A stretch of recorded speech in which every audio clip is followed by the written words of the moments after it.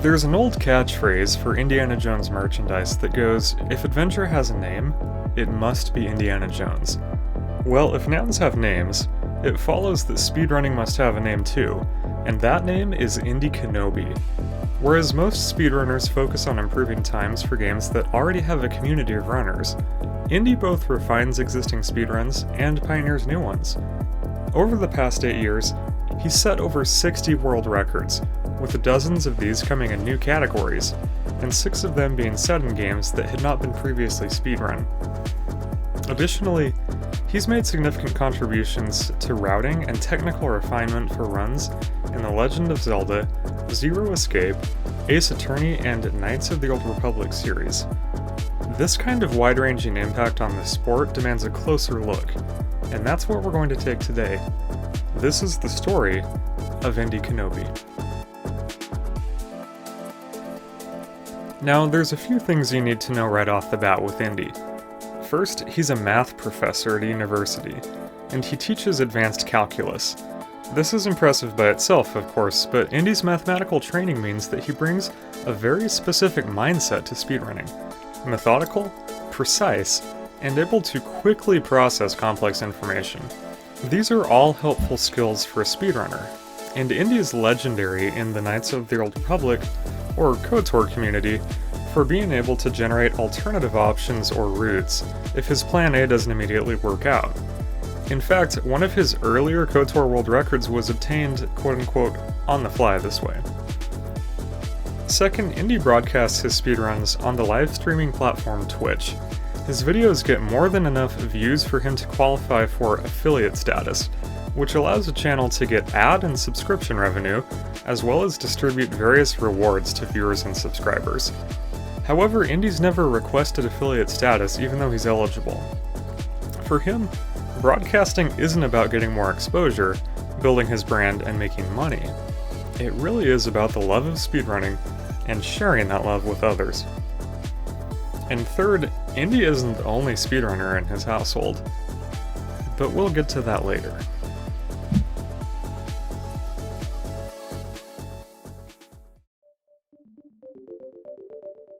At the time Indy began speedrunning in the early 2010s, the sport was still in its beginning stages.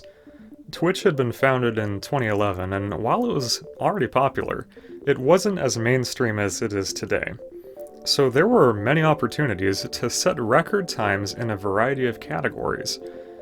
Indy was fortunate to begin his career at this time, and he took full advantage of the situation. His first 2 recorded entries on speedrun.com were for the legendary RPG Chrono Trigger on the Super Nintendo Entertainment System. One was in the category Any Percent No LSS, No Turbo, where many major glitches are banned.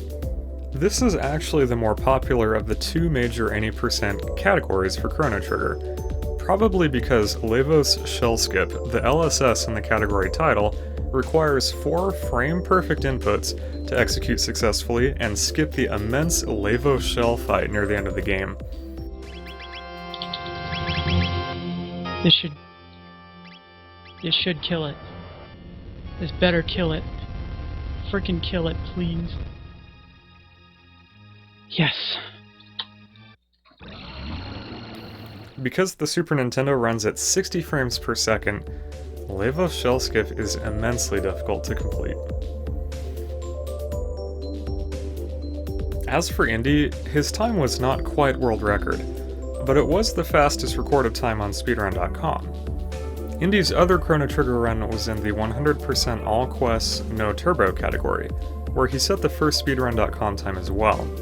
Indy was setting the pattern for the rest of his career, being the first as well as the best.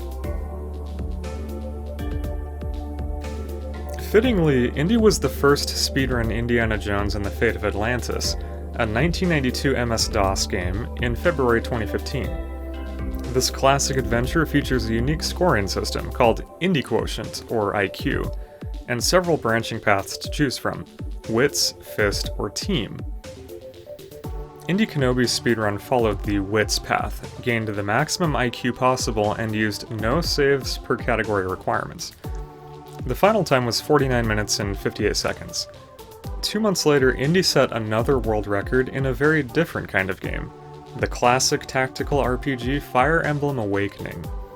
He beat it in normal classic mode in just under 37 minutes. How do you beat a game renowned for its difficulty in that amount of time? Well, Indy wrote an extremely detailed guide for how to speedrun the any percent category, which specifies individual moves that runners need to take in each level in order to win as fast as possible. Incredibly, it only takes around 80 turns to beat the game using Indy's original guide. While the speedrunner Yukiya has lowered the any percent record to a blistering 32:53, Indy helped pave the way with his detailed guide. After 2015, Indy began to focus more on some other games that we'll talk about in a moment. But he did return to Fate of Atlantis in 2020 to set 3 new world records, one each in the wits, fists, and team categories. As you can see, Indy's speedrunning tastes are diverse, which meant that when he started to tackle the Legend of Zelda series, he wasn't going to speedrun just one. He was going to speedrun as many as he could.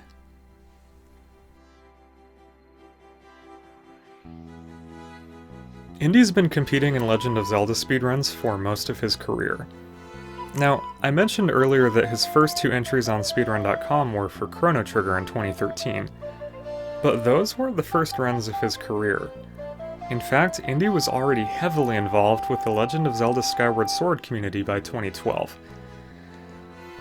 If you've never heard anything about Skyward Sword speedrunning, well, buckle up, because this is one of the most astonishing speedruns in the world.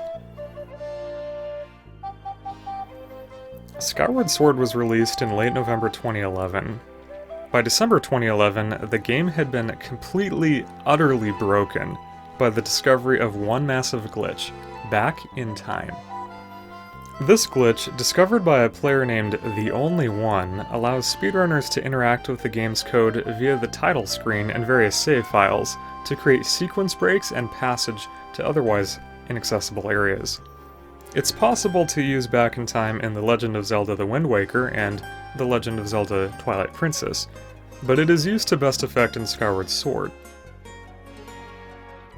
When initiated in the opening Skyloft area, Back in Time sends the player into an altered state of the game which makes it possible to perform a dizzying array of skips and glitches, including using multiple save files to manipulate game code for faster progression. Back in Time's first effect is to open the door into the goddess statue, shut the gates to the Knights Academy, and temporarily remove several important world elements including NPCs. This can immediately lead into sequence breaks such as early goddess statue and sailcloth skip. However, Back in Time's greatest value is in the way it establishes follow-up glitches. Together with Test Runner, Indykenobi was responsible for one of the most important of these, bit magic.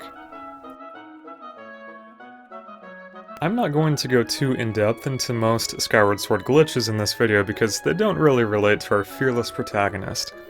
However, bit magic is a signal accomplishment by Indy that deserves a closer look. Skyward Sword uses what the speedrunning community for this game calls scene flags. These refer to in-game events that modify the environment, such as interacting with the bird statue. To quote the Zelda speedruns notes for bit magic, every area in the game has a segment of memory that stores the current values of its scene flags, and that information is preloaded upon file selection in bit. Once Back in Time is activated, runners can use scene flags from multiple save files to manipulate the game environment and progress through the game much faster than would normally be possible. Indy and Test Runner discovered bit magic in 2012 and refined it through much of that year. By late 2012, Indy was ready to test it in an actual run, and he performed the first ever 100% run of Skyward Sword at that time, though the exact date is not recorded. This run was a mind-numbingly long 10 hours and 42 minutes. While that doesn't sound very speedy, 10.5 hours is still about a third of the time it typically takes to complete the game normally, to say nothing of 100%ing the game. Indy's next 100% run in early 2013 slashed almost 2 hours off the world record with a time of 8 hours, 59 minutes. He got one more 100% world record in April 2013 before taking a break to focus on some other games, which we'll talk about in a little bit. Indy returned to the 100% run in April 2014 and quickly set 3 more records in April and May, ultimately lowering the time to 8 hours, 38 minutes. Sadly, the footage of all of these runs except for the 838 is publicly unavailable. While the 100% world record has been lowered to 6 hours and 46 minutes by the incomparable Gymnast86, Indy has returned to the 100% category on a few occasions to ultimately improve his time to an 8:10. And even though that personal best currently sits at 11th on the leaderboards, Indy will always be known as the first ever world record holder in Skyward Sword 100%. But as mentioned, Indy wanted to play as many Zelda games as he could. His first efforts outside of Skyward Sword came in early 2014 when he played The Legend of Zelda Link's Awakening DX for the Game Boy Color. The DX version of Link's Awakening is a little different than the original Game Boy version. It features color graphics, a new optional dungeon, and even compatibility with the Game Boy printer accessory. This edition of the game was eventually released on the 3DS Virtual Console, which is how Indy played it. Over the course of 3 days in January, Indy achieved personal bests in a trio of categories with impressively long names. 100% no wrong warp out of bounds requires players to 100% the game without using either wrong warp or out of bounds glitches. Another, any percent no save and quit, wrong warp, or out of bounds challenges players to beat the game without the previously mentioned glitches and without saving and quitting to manipulate the game in any way. The third, any percent no ace, allows the game to be beaten using any method except arbitrary code execution. Indy completed the first 2 categories in under 2 hours, while his any percent no ace run was a short 7 minutes and 32 seconds. While none of these times were competitive for world records, it's still impressive today to watch Indy completely break the game in the any percent run by using the wrong warp glitch and save and quits to teleport directly to the second dungeon, where he grabs the Rock's Feather.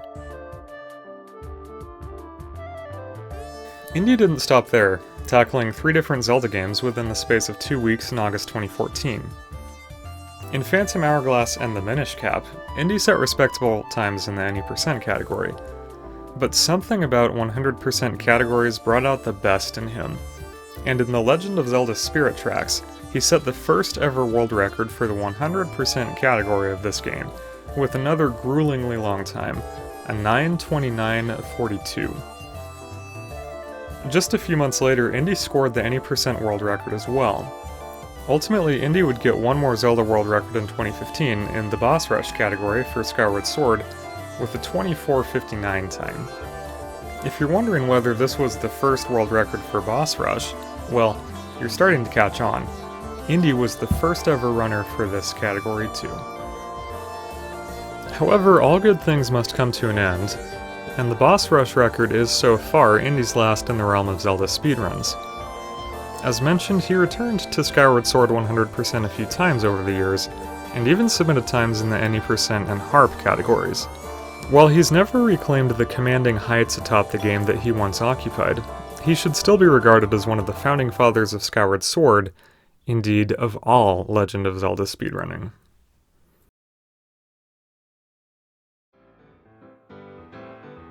There's a certain kind of video game referred to as a visual novel, which combines text-based interaction with strong narrative elements. Visual novels are typically accompanied by still graphics instead of the 3D environments of most modern games. Interestingly, some people speedrun this type of game. Well, how do you run a game that's all talking? Objection! Indykenobi has helped answer that question over the course of his speedrunning career. One of the most popular visual novels is the Phoenix Wright series of games, in which the titular defense attorney works to clear his clients of various charges against them. These games originally released on the Game Boy Advance and Nintendo DS, but have been released for many platforms since, including Wii, 3DS, Xbox One, iOS, and Android. Gameplay alternates between courtroom scenes and investigations, which allow Phoenix to talk to suspects and collect evidence. It's intended to be thoughtful and deliberate, although there are moments of excitement, such as every time you get to scream the word "objection" in a hearing. However, speedrunning a Phoenix Wright title turns this dynamic on its head by requiring instinctive button mashing, memorization, and little time for enjoying the cheesy dialogue. The game ultimately becomes a grueling test of endurance when speedrun. Indy should be known as the father of Phoenix Wright speedrunning, as he submitted the first ever speedrun for a Phoenix Wright game in June 2013. It was a doozy, a 5:18:47 time in the All Cases New Game Plus Original Release category for Phoenix Wright Ace Attorney, Trials and Tribulations. Unfortunately, as with many speedruns from the days when Twitch automatically archived streams, the video of this historic run has been lost. Still, it was a watershed moment as another frontier in speedrunning was opened, and Indy didn't rest on his laurels. 2014 became his year of Phoenix Wright as, in June, he became the first to speedrun Apollo Justice Ace Attorney, a sequel to the original Phoenix Wright trilogy. 6 weeks later, in July, Indy submitted the first ever run for the original Phoenix Wright Ace Attorney. In August, Indy became the first runner of Phoenix Wright Ace Attorney Justice for All. September brought the first run of Phoenix Wright Ace Attorney Dual Destinies, and Indy even set the first time in Professor Layton and the Curious Village, one of the popular Professor Layton series of visual novels, in October. 5 months, 5 games, 5 pioneering world records. After this, as you can imagine, Indy took a break from running visual novels for around a year, preferring to focus on other games like Knights of the Old Republic, which we'll talk about in a bit, and Quest 64, in which he was the first to run the Any % US Glitches category. It wasn't until August 2015 that Indy would take on a new visual novel speedrun, 9 hours, 9 persons, 9 doors, also known as 999. The game is the first in the Zero Escape series. In each entry, the player character is kidnapped by a mysterious person named Zero, who forces the player to solve escape room puzzles to escape from a life-or-death situation, such as a sinking cruise ship. Story sections alternate with escape room sections, much as in the Phoenix Wright series. Indy was actually not the first to run 999. That honor belongs to Adrelek, who set an Any % New Game Plus time of 1 hour and 32 minutes on Christmas Eve 2014. However, Indy took his customary thoroughness to the game in August 2015, and over the next couple of months he launched his assault. Indy started with a 2:12:02 in the All Endings New Game Plus category. This was a new category and it had a lot of potential, as evidenced by Indy lowering the record by 5 minutes just 3 days later. He also started running the Any % New Game Plus category on the same day as All Endings New Game Plus, but wasn't quite as successful. His time was a 1:07:31. Almost 7 minutes behind Adrelek. However, he got it down to 1:04:33 within 3 days.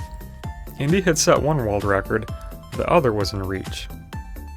But in true speedrunner fashion, Indy wasn't content with focusing on just one game. So he added Virtue's Last Reward to his plate. Virtue's Last Reward is the second game in the Zero Escape series. It's not really a sequel, but more of a successor, which introduces mostly new characters. Indy missed out on being the first speedrunner of this game by 5 days. Adrelek beat him to it on August 20th, 2015 with a run in the Any % category. However, perhaps driven by a subconscious desire to succeed in Any % New Game Plus, Indy was the first to speedrun that category for Virtue's Last Reward with a time of 2:24:50. He sliced 21 minutes off that time just 2 days later. This was a dynamic time to be a part of the Zero Escape speedrunning community, and I'll try to do justice to just how much was happening over the course of 1 week.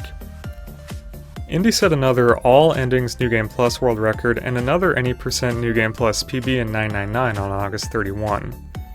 Adrelek set another Any % record for Virtue's Last Reward on September 1st within hours of Indy scoring another world record in Any % New Game Plus for the same game.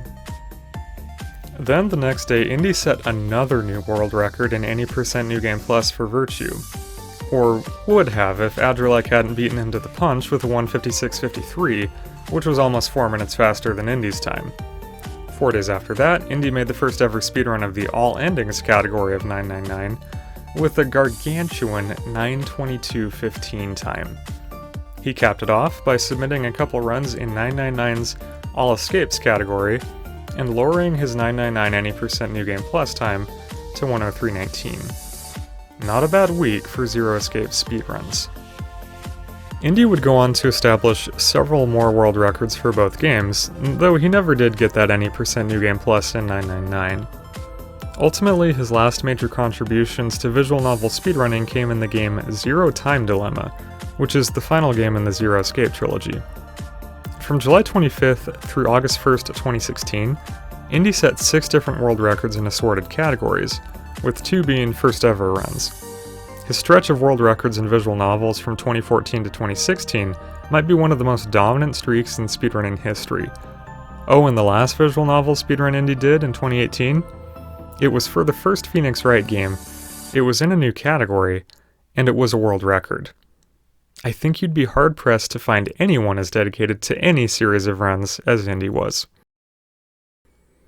But there's still one game that we haven't talked about, and Indy's speedruns for it are some of the most impressive of his career.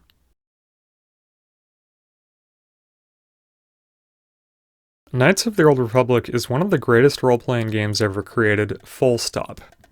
It tells a story that is as engaging and exciting as any Star Wars film, while also requiring the player to make moral decisions that change how the game plays.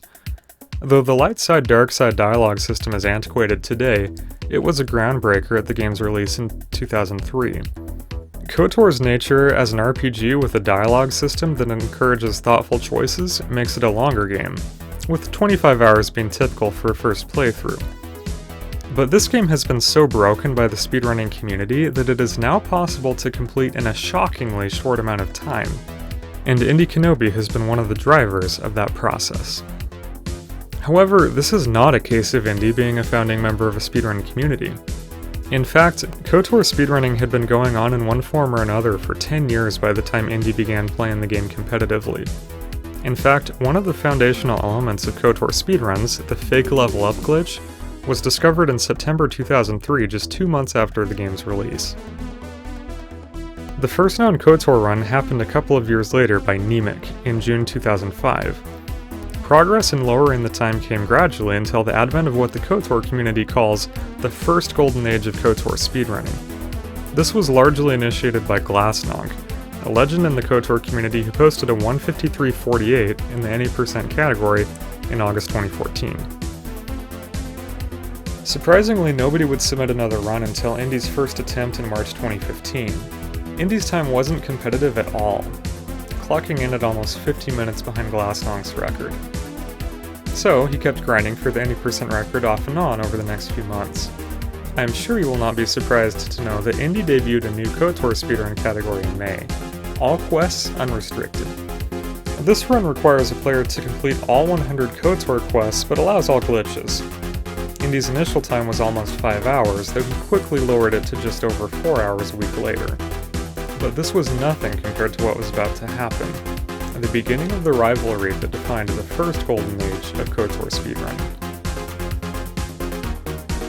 Starting in October 2015, Indy focused almost exclusively on KOTOR runs.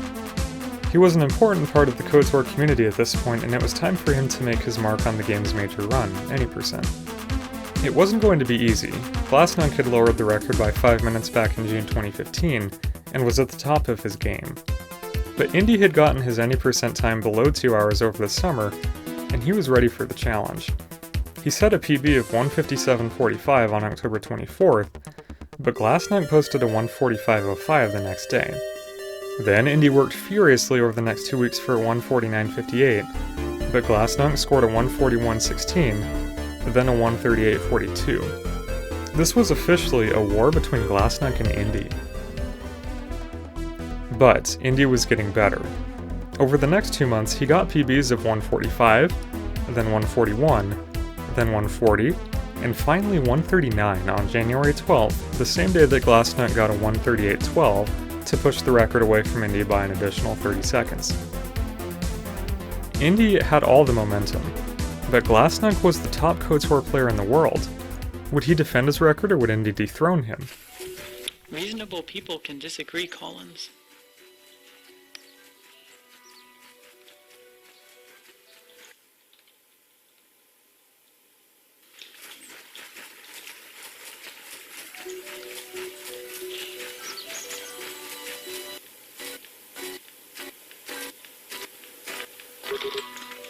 You.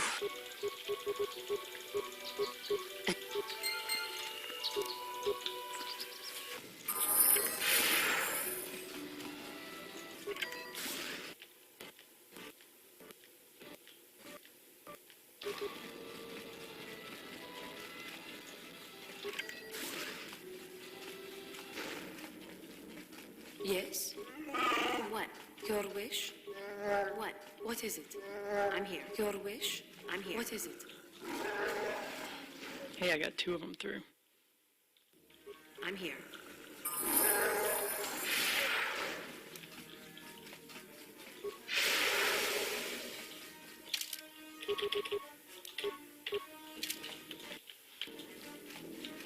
Pretty low on med packs.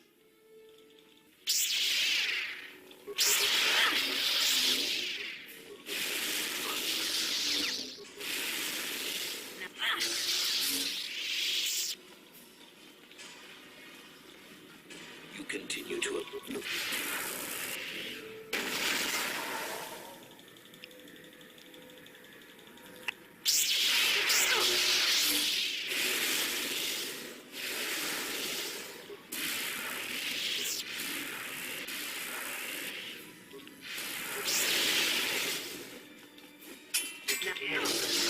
You will fall.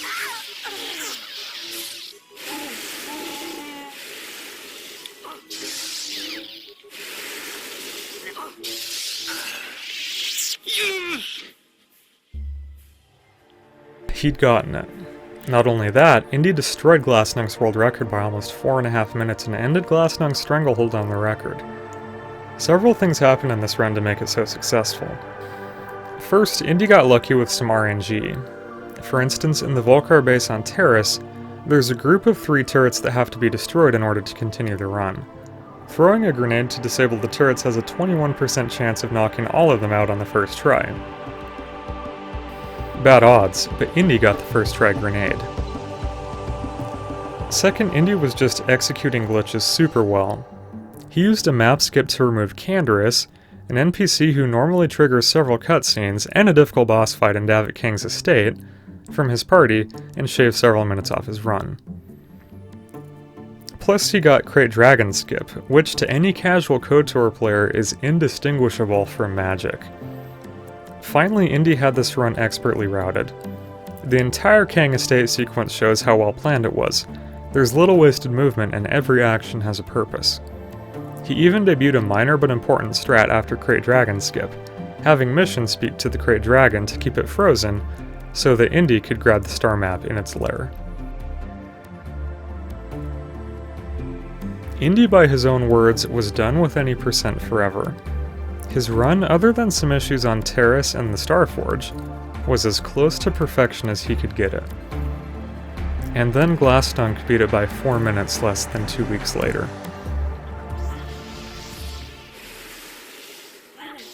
Plays to show you the Admiral and Yoda. Ho ho ho! That's time! Yes! Sub 130. Yes! Impossible. Indy had promised he'd never go back to any percent. It was, judging from comments he made at the end of his world record any percent run, too emotionally draining. But he reneged on his promise about a month later, after Glasnunk's revenge record. Indy may have been re-energized by running KOTOR 2 any percent for a 12-hour challenge in early February, or perhaps he just wanted the record back. Whatever the reason, Indy started grinding for the record again and quickly lowered his record to a 130. The war was on again, but this time it was all Glasnunk. Every time Indy made progress, Glasnunk would just set another record. The same day Indy got his new PB, Glasnunk got a 126. Then the next day, Indy got a 128, but Glasnunk quickly achieved a 123 to keep the record out of reach. After this, Indy began to run out of steam on KOTOR any percent. He would ultimately create a new route in order to get a 124 in August 2016, but by then Glasnunk had set a 119 world record. And then, at the end of 2016, Indy vanished from KOTOR speedrunning. He didn't submit any runs to speedrun.com during 2017, and the few 2018 runs he did were all for different Skyward Sword categories, plus his most recent Phoenix Wright world record. What was he up to during 2017? Nobody knows, and Indy hasn't discussed it with anyone, but my guess is that it was a simple combination of work and family requirements. Still, it's probably no coincidence that his absence from the KOTOR community coincided with a dark age of KOTOR speedruns. Glassnunk had worked on the any percent record during the first half of 2017, ultimately achieving a 1:14.59 that was, at the time, considered to be unbeatable. But he ultimately retired from any percent for good this time. Without the two pillars of the any percent record chase, combined with Glassnunk's legendary record, speedrun interest in the game waned. Whereas other runners like Red Mage 08 and Sheet Metal had been active on the leaderboards during 2016 and 2017, nobody even submitted a run for over a year after the 1:14, and KOTOR fell dormant. But as so often happens, a new competitor finally rose to challenge Glassnunk. Over one memorable week in July 2018, Sheep Metal took his PB from a 1:17 to a 1:12. This feat awakened the community, and new runners such as Warwolf, Lane, and 30 Cents arrived to take the level of competition to new heights. And Indykenobi came back with them. I'm going to spoil something for you right now. He never got the any percent record back, or at least he hasn't to this point. But what Indy did do from March 2019 onwards made him a legend among KOTOR speedrunners. To set the stage for what we're about to see, remember that Indy wasn't just working on the any percent run in KOTOR during 2015 and 2016. As mentioned, Indy had debuted the All Quests category in 2015. He and Glassnunk actually had a lesser, though still important, battle over this record in late 2015 and 2016. Indy was more competitive here, taking the top time from Glassnunk twice after Glassnunk had captured it. Ultimately, while he lost his record during his hiatus, Indy retook it in December 2020 with a time of 2:02:30, which is a reduction of over 50% from his first ever time. Additionally, Indy created the any percent glitchless category in early 2016 and set records in the 2-hour 10-minute range. And reducing that glitchless time was one of his first orders of business after making his triumphant return to KOTOR. In fact, from March to May 2019, all Indy did was KOTOR. He quickly lowered his any percent time to 1:19, created the any percent no major glitches and Pazak 100% categories, and, oh yeah, he found time to take two of Glassnunk's 4-year-old any percent records in Knights of the Old Republic 2. As time passed in 2019 and 2020, Indy began to settle into a new role as a sort of speedrun engineer, someone who would take glitches and strategies discovered by others and refine them into an optimal route. Of course, Indy was still competing in any percent, and his latest any percent PB is a frankly astonishing 35:11. But what he was doing now was helping pioneer the way forward for the entire KOTOR community. According to Lane, who is a top-tier KOTOR runner himself, chances are if you're running KOTOR 1, you're running an Indy route. That's a level of impact on a speedrun of which few can boast. Indy's part in the story of Knights of the Old Republic speedrunning is still being written. As of the making of this video, he's working on the All Quests glitchless run, and has sliced 10 minutes off the world record in the past month. He's even started working on individual swoop levels and holds the top time in 2 of the 3 swoop challenges in the game. At this point, Indy doesn't really need to do anything else to prove himself. He's long since shown that he's one of the greatest speedrunners in KOTOR's illustrious history.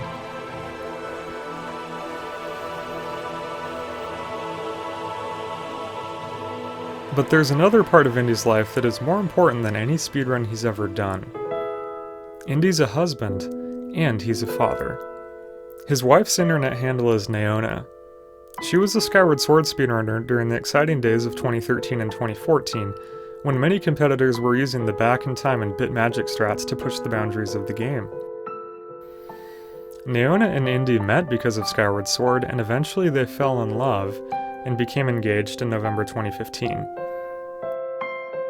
After a few years, Indy announced the birth of their first child, and he now regularly refers to his Twitch streams as dad streams. Now, I don't know much more than this about Indy's family, and to be honest, I didn't want to dig any deeper than what I've just told you, out of a respect for his family's privacy. However, it's important to mention that Indy has a family so that we get a better understanding of who he is. Speedrunning brought love and meaning into Indy's life, and perhaps that explains his devotion to the sport after 8.5 years. Indy's a father in other, less literal ways too. We've already seen how he's become a pivotal figure in the history of several different speedrunning communities as a runner.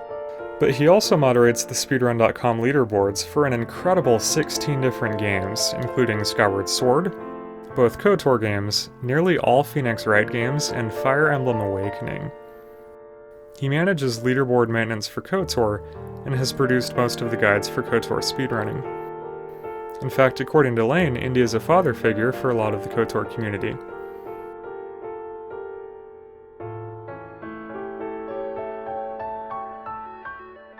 How do you sum up the impact of a man like Indykenobi on the sport he loves and the people he meets?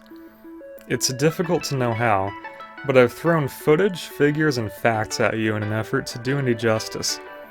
Here's one more. As of this video's publication, Indy has 28 speedrun times of 4 hours or longer. Of these, 16 were world records, and 8 were first runs of a new category or game.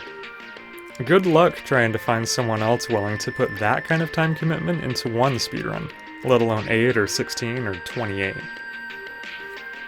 So what's next for Indy? He's talked about running a Phoenix Wright game in summer 2021, which he hasn't done since September 2018. It would be wonderful to see him go back to a series in which he's already accomplished so much. Indy has also revisited Skyward Sword periodically over the years, most recently in May 2020. But he's also starting to branch out. In 2020, he speedran Fire Emblem Three Houses, getting a 5th place time for the Silver Snow route, and Octopath Traveler, setting personal bests in the Single Story Cirrus, Single Story Ophelia, and all main stories subcategories for the Switch No Major Glitches category. It's entirely possible that the next few years will see Indy take on entirely new games. Odds are, he'll make his own world records in categories that nobody's even thought of yet. The legendary scientist Isaac Newton once said, "If I have seen further, it is by standing on the shoulders of giants." While many of Indykenobi's world records have been surpassed by faster competitors, Indykenobi was, and is, a pioneer for many speedrunners who've built on what he's done to push the boundaries of the sport of speedrunning. And that makes Indykenobi a speedrunning giant.